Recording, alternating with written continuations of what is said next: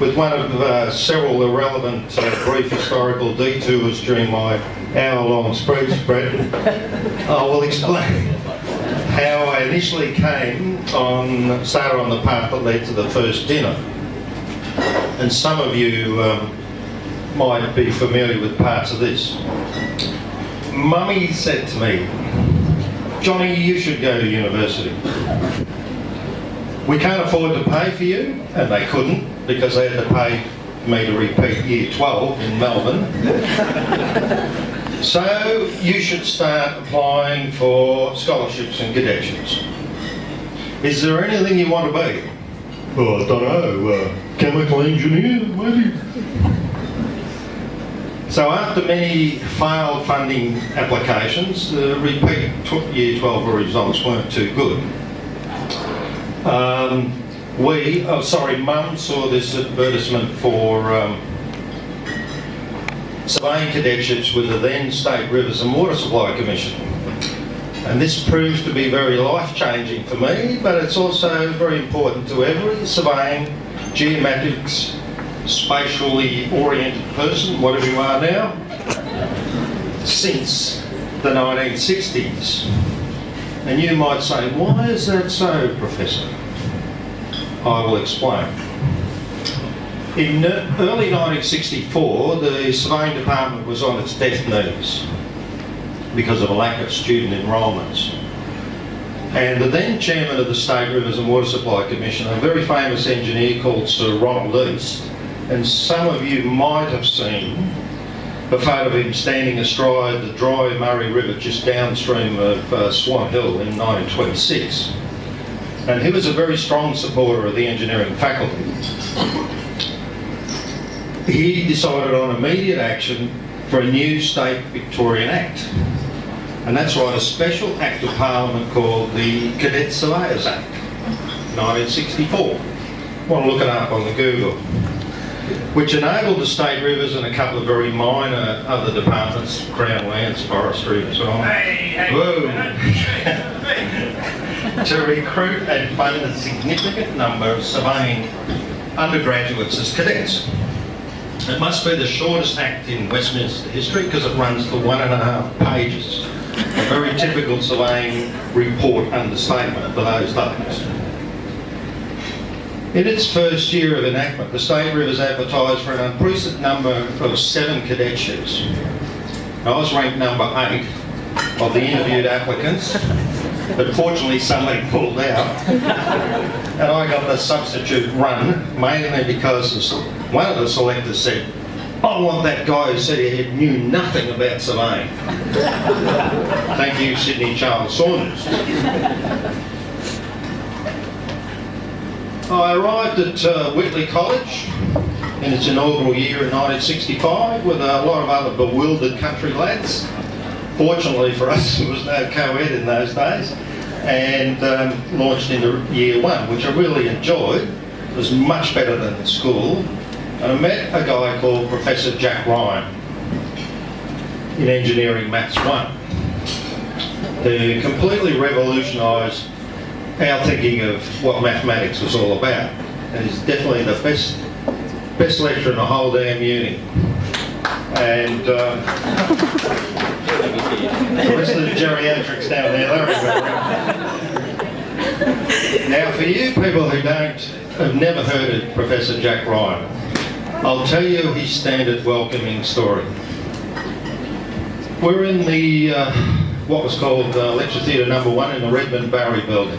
And this very ugly man came in who looked like an eagle with a very long nose, who had a threadbare academic gown covered in chalk. And it was all threadbare where his elbows rubbed against it. And he walked in and he looked at the students and he said, "My name's Professor Ryan. I'd like to welcome you all to Melbourne University." And as he's doing this, he's sort of walking backwards and forwards, up and down the front. And he said, "You'll find the university's quite different from school. Very different. And you'll also find that it's different from if you've been to the RMIT. And he said, do you know what the difference between Melbourne University and RMIT is? And the 230 students said, no, Mr. Ryan, we don't. So he said, I'll explain. He said, at Melbourne University, the lectures start at 9 o'clock. The students are assembled by 9:05. The lecturer walks in, goes up to the first row, picks up the student's notes to see where he was up to last and starts the lecture. And that's exactly what he did, every lecture. Never used any notes. He said, whereas at the RMIT, the lectures start at 9 o'clock, the students are assembled by 9:05. The lecturer walks in and says, good morning, and they write it down. But I'm sure there's no animosity now between the university and RMIT. 50 years ago. Even today, I'm sure the hardest former members of SCIACE, and some of you probably don't know what that is, that was the Society for the Confinement of Immoral Impulses among engineering students, would still accord him sainthood status, which is not bad for a chain-smoking turf cigarettes man, an alcoholic and editor of the Catholic Advocate. So with this major influx of students, the departmental undergraduate elders decided they'd form a surveying students club, MUSC, M-U-S-S-C. And somehow or another I got roped in as secretary on the pretext, don't worry John, it won't involve much to do. And it was probably like one of those army volunteer jobs, volunteers step forward and everybody else step back. And soon after, later in the year, the senior lads came up with the bright idea of an inaugural dinner at the end of the year, and followed by, and by the way, we're going to be flat out with our exams, so could you organise the dinner? Just book the room, get the menu, send out the invites, get plenty of cheap, different grog options, and give plenty of time for Brian Murphy to talk. In my spare time, at that time of the year, the arrangements somehow or another did come together with the help of a few others, and it seemed like a successful night with all that white linen and plush surroundings of the upstairs dining room of the Union building, for the total of 15 to 20 people that came along. Guess there must be a reasonable start because we're still here. Unfortunately, the actual detail of the night's a bit hazy,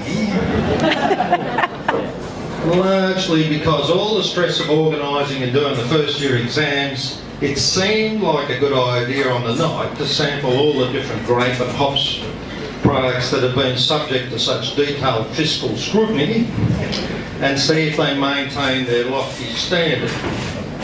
So I did the card.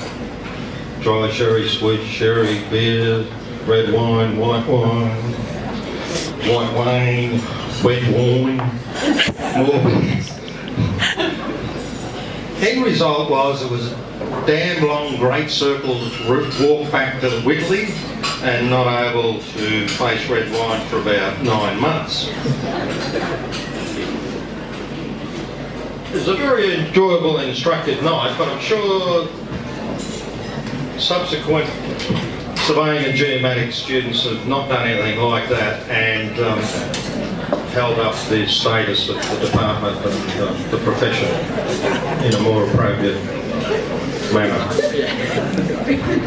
So instead of some sensible detail on that first night, could I make some comments on the fit for life qualities of the course that you've all been involved in and the importance of mentors from all types of backgrounds in the workplace. The broad nature of our subjects at the time was outstandingly useful.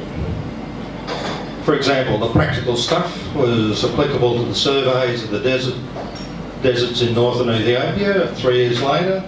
The aerial photography know-how was immediately useful and still is today. Still got an interest in geology despite the excruciatingly boring lectures from Professor Thomas. And the maths have been vital in developing the first commercial total station system in Australia, millimetre accuracy resection systems on dam projects, and the maths even proved to be very useful in the MBA subjects in Monash a few years later. Amongst my many wonderful mentors, Ray Holmes, who used to be head of the State Rivers Survey and Hydrographic Division, inspired many people and became a very important Surveyor General of Victoria, probably one of the most important. And he was also a very great supporter of this university department. His management capabilities for a guy who had no tertiary qualifications and his progression into senior management seemed to be an automatic thing to do. And after I became Chief Surveyor of that organisation, I was able to very fortunately move on and become CEO of the Wimmera Valley Regional Water Authority in 1987 and continued that job for about 17 years before I retired about 10 years ago. And I can tell you retirement's really good. So tonight is about celebrating the 50th anniversary of the Students' Dinner. And it's a very worthy celebration given its very humble, stumbling beginnings. And I also contend it's a celebration of the department's achievements through some very difficult times to produce graduates of being well-equipped men and women capable of branching out into many other areas and professions, and as well as continuing to take the Australian surveying and mapping intellectual capability forward. And I can assure you, for those of you who are newer graduates, you really will have no idea where your careers are going to take you. But you'll be starting from a very strong basis. So, thank you again for the invitation, and to all the people who've organised tonight. And as old Mr. Grace used to say in Are You Being Served? You're old and very welcome.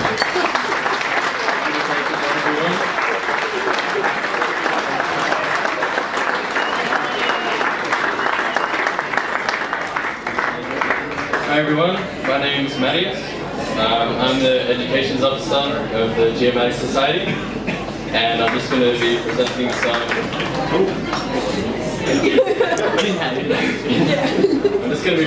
some awards for the Geomatic course. So could I please call up Andre Mokika to present the Lish State Prize.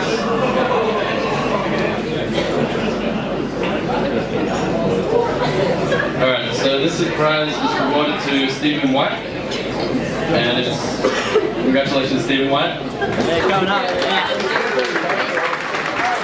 And it's the award for the student with the best results in the first year of Masters of Engineering in Geomatics.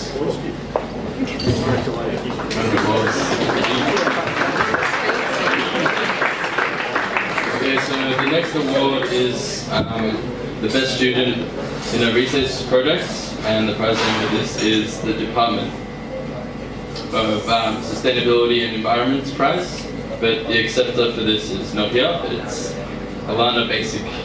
So just a round of applause.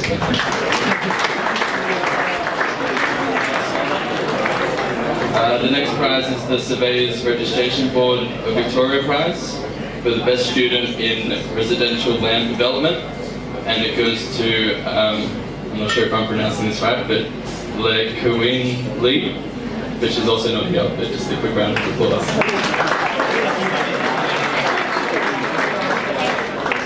And the next prize is the G.J. Thornton Smith Memorial Prize, and it's the prize for best graduating student in a single degree, and it goes to Stacey Fernandez, which is also not here. Just a quick round of applause.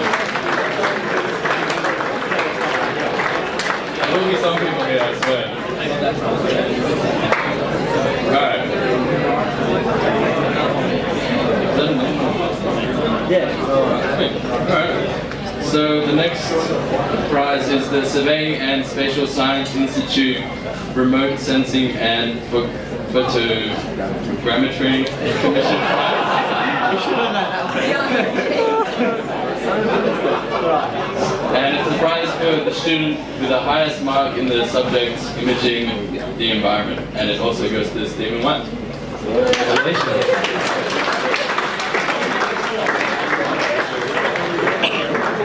So, the next prize is meant to be presented by Chris Lester, but he's not here tonight. But it's the private award, and it's the award for the undergraduate students undertaking a geomatics major within the Bachelor of Environments and Bachelor of Science, and the student with the best results in the subject, integrated spatial systems, and it goes to Emma Ellery.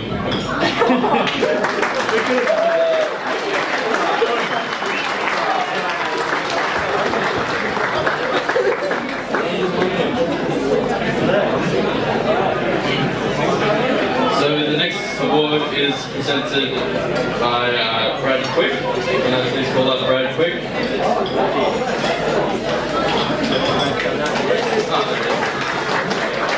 And this is the Leo Memorial Prize, and it's the prize for the highest mark in the subject photogrammetry, and it goes to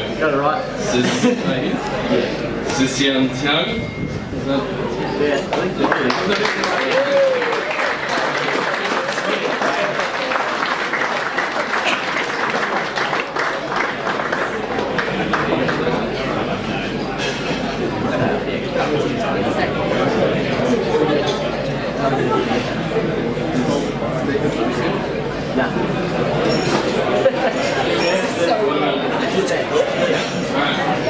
So the next prize is the OmniLink Prize, awarded to the best student in the postgraduate coursework program, and it goes to Jasmine Hicks.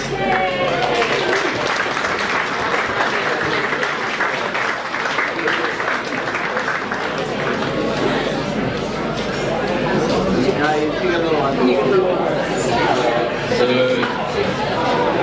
the next award is the Ian Charles Taylor Scholarship, and it goes to the student with the best mark in geomatics in the final year, and it goes to Sisian Hang.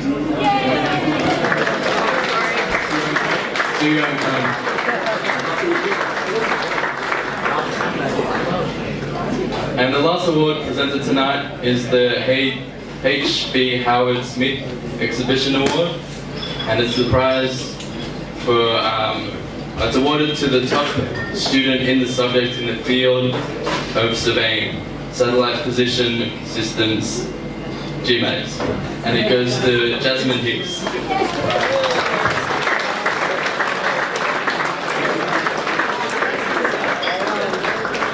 Okay, everyone, that's all our prizes, and I'm just going to be handing over to Ella. I promise this will be really fast. So I just want to quickly thank the outgoing committee and announce the new committee. So thank you very much for all of your hard work, everybody, this year. It's been a really fantastic year. It's the 50th year, obviously. Events have been really successful, as everybody can see tonight. This was a sellout. We'll claim that. It's a sellout. So thank you everyone for supporting us through this year and obviously over the last 50 years. Okay, so the new committee for the 51st year is, the president is Gretchen. To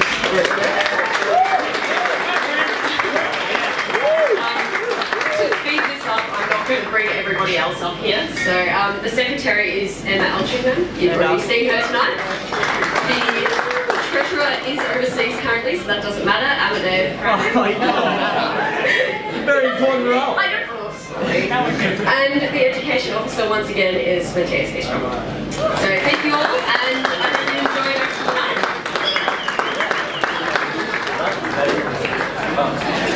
Just a quick word. Thought I'd better get up. A few people missed my speech at the start, so I thought I'd come up and say hello.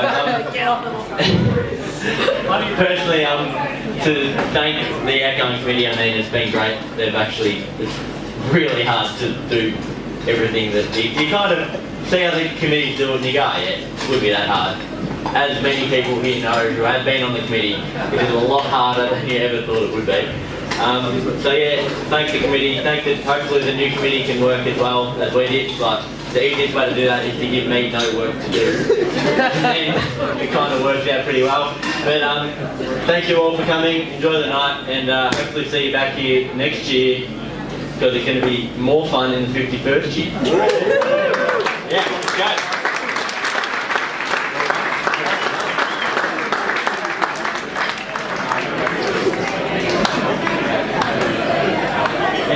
Quickly, I know I'm going to be quiet. Main course is in about 5 minutes, so just keep staying down. All right.